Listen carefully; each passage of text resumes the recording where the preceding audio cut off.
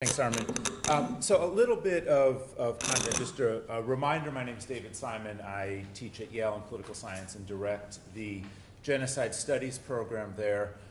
Since we're talking about our various programs, I'll add that the GSP, as we call it, has a couple of things, public things. We run a seminar series throughout the year.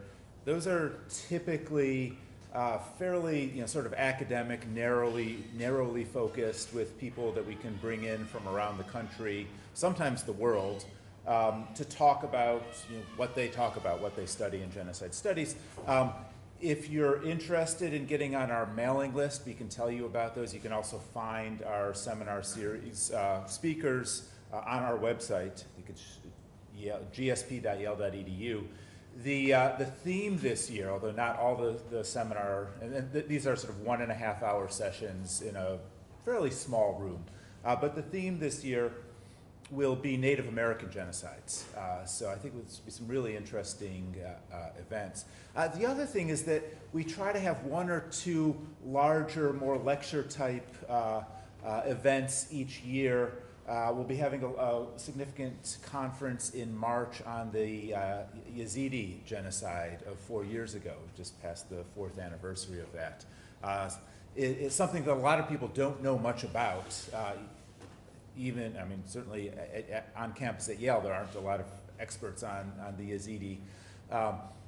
But that's our purpose, is to try to educate and try to have more discussion of often lesser known topics. So again, keep your eyes open for that. The larger things are certainly open to the public, to administrators, teachers, even I think high school students could gain something from those. So if you're interested, you can follow us actually on Facebook. You can go to our website, or you can approach me or email me, and I'll put you on our mailing list. Okay, so just to orient ourselves, I'm going to just talk a little bit about definitional matters and a little bit of why I think it's important to teach the Holocaust and to teach genocide. That will segue into Allison's discussion, which will involve all of us about teaching strategies and topics. And then after the break, we'll get into some more specific content.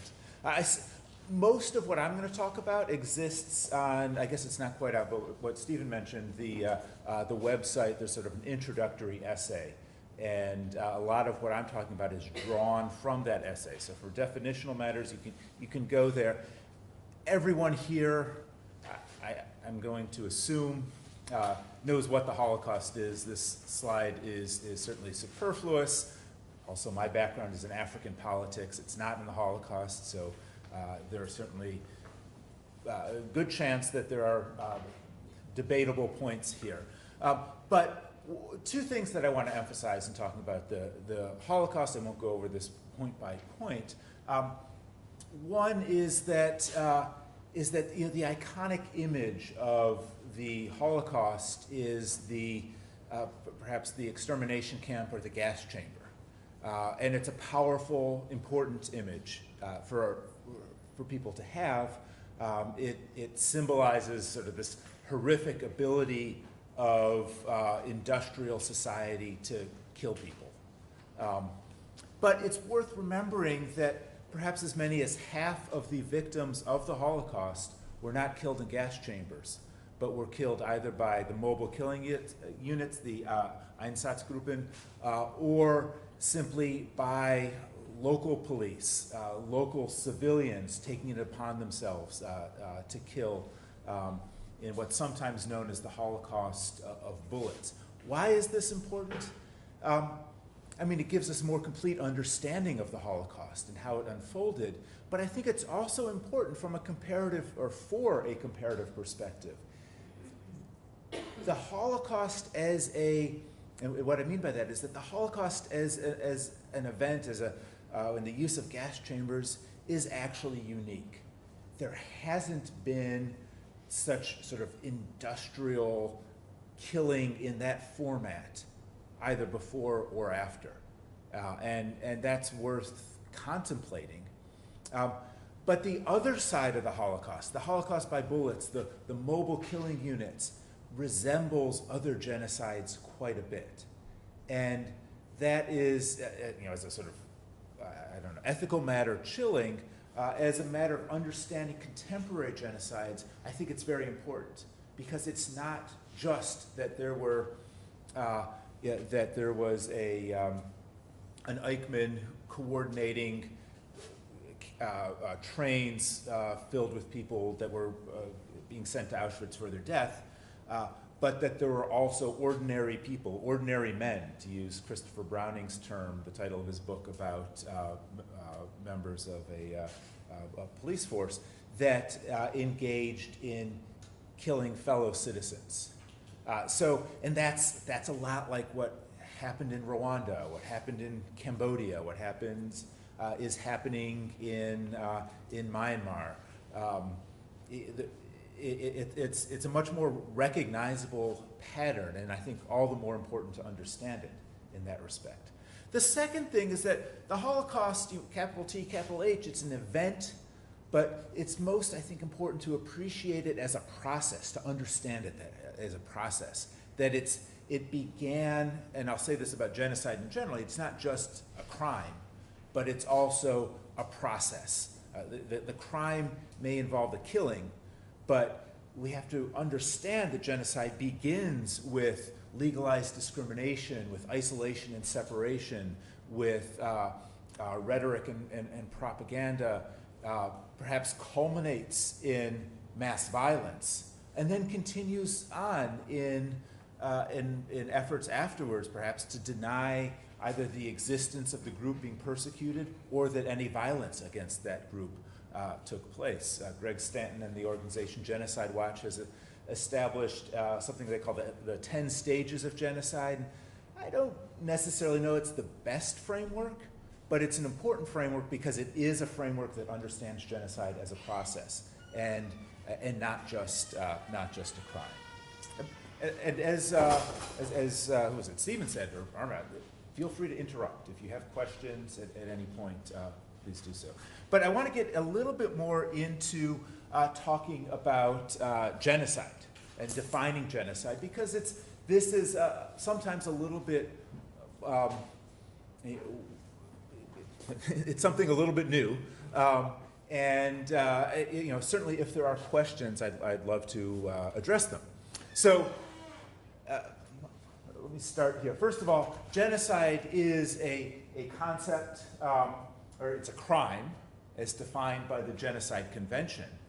But because of that, we shouldn't lose sight of the fact that it's a process, that it is, that even as the crime unfolds, it has sort of antecedents, it has planning elements, conspiratorial elements that lead to the eventual outcome. What is it, though?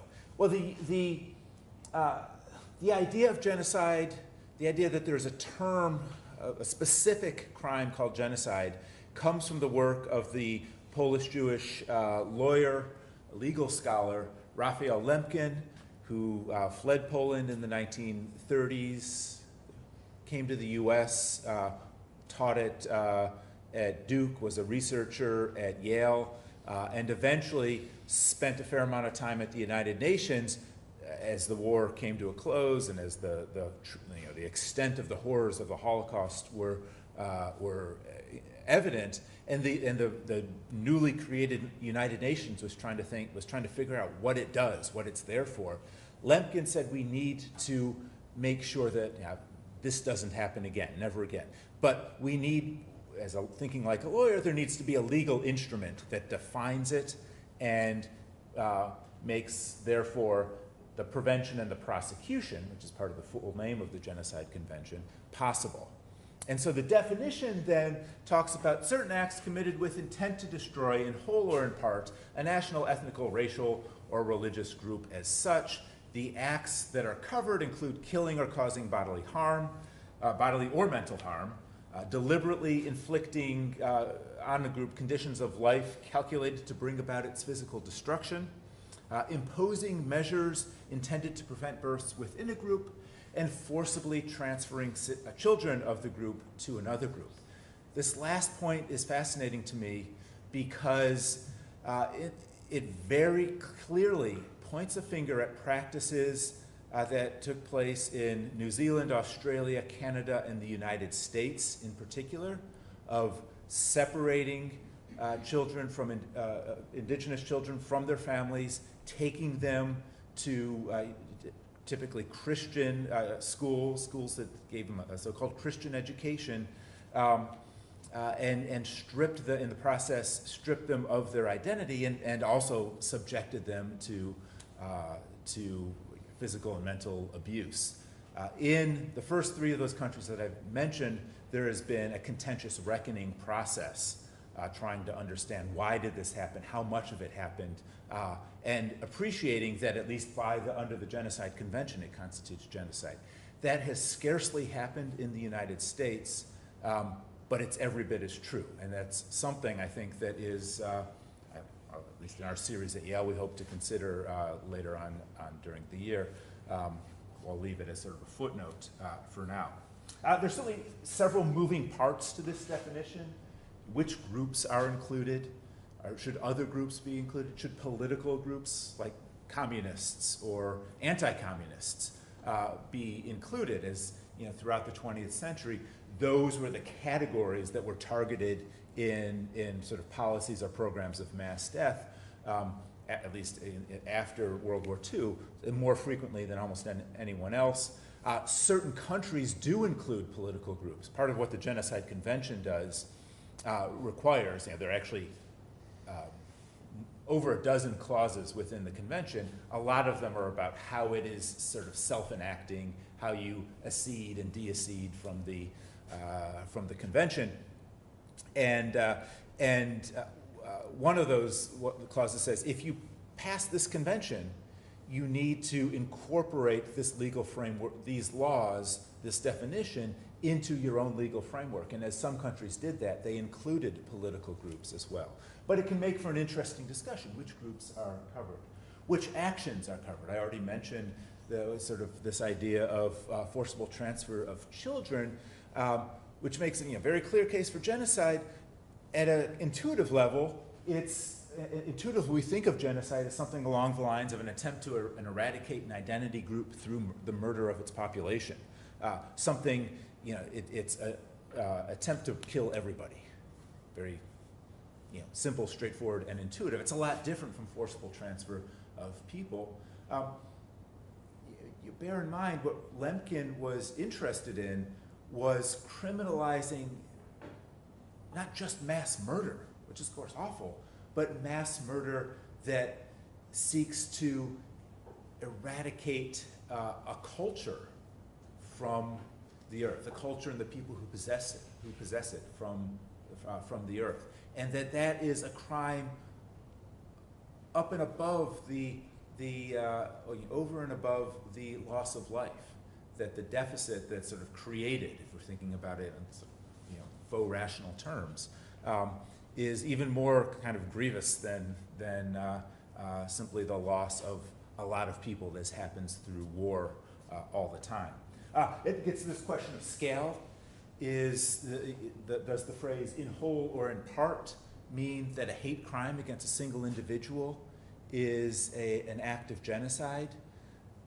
Generally not, because a hate crime is awful, but it's not an attempt to destroy a group inherent in that. But there is you can take hate crime here, mass murder here, and sort of figure out somewhere in between, is there a sort of dividing line where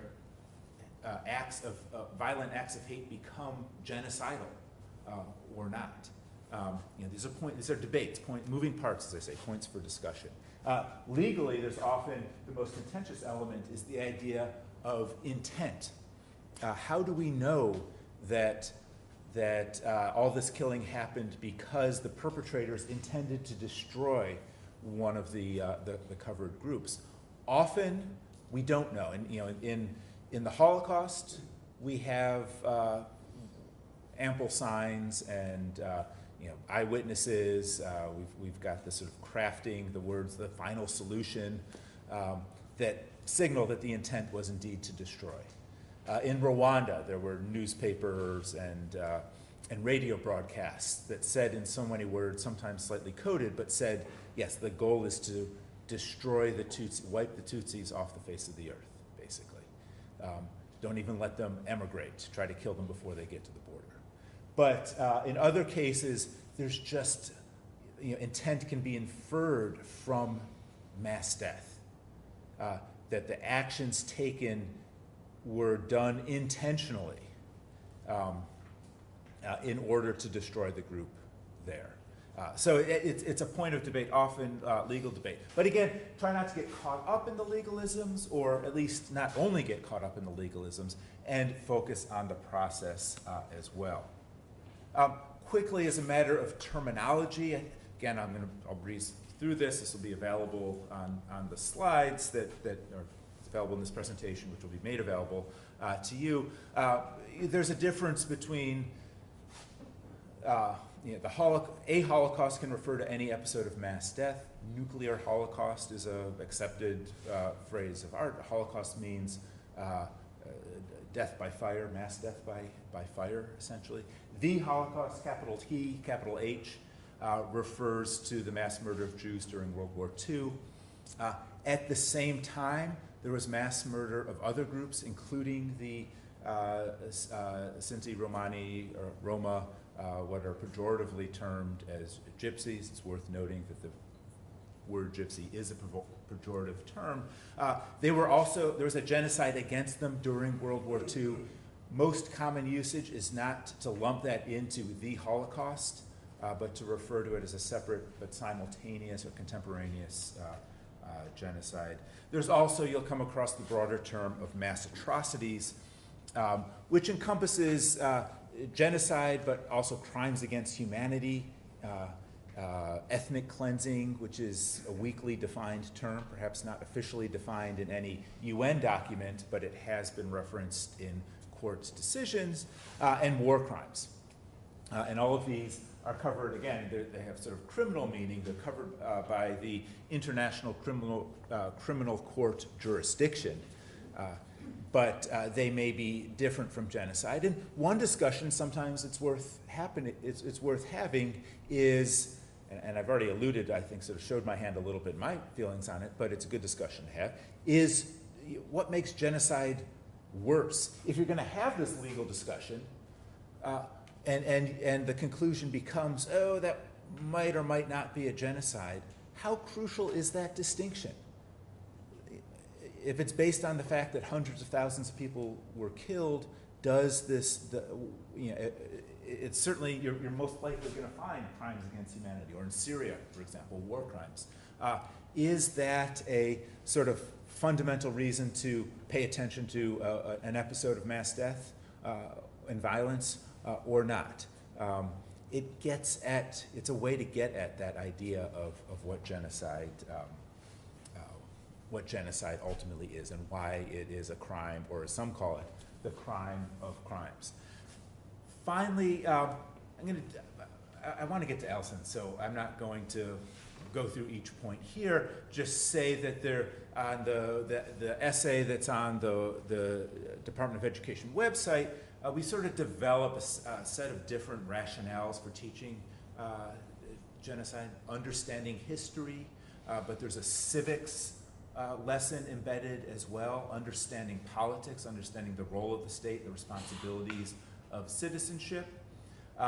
There's a kind of policy looking forward type rationale of prevention.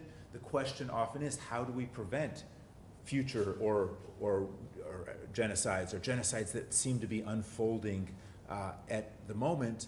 And then finally, how do we commemorate? There's a commemorative rationale. What's the appropriate way to think about genocides in the past, to honor the memory of those who perished, who were harmed, to combat the efforts that perpetrators may undertake to deny that genocides have existed, and to repair communities in which genocide has taken place. All of these sort of rationales, I think, can motivate the study, but I think I will stop there, ask briefly if there are any questions, and then turn it over to Allison to take us further along in this area. And Allison, you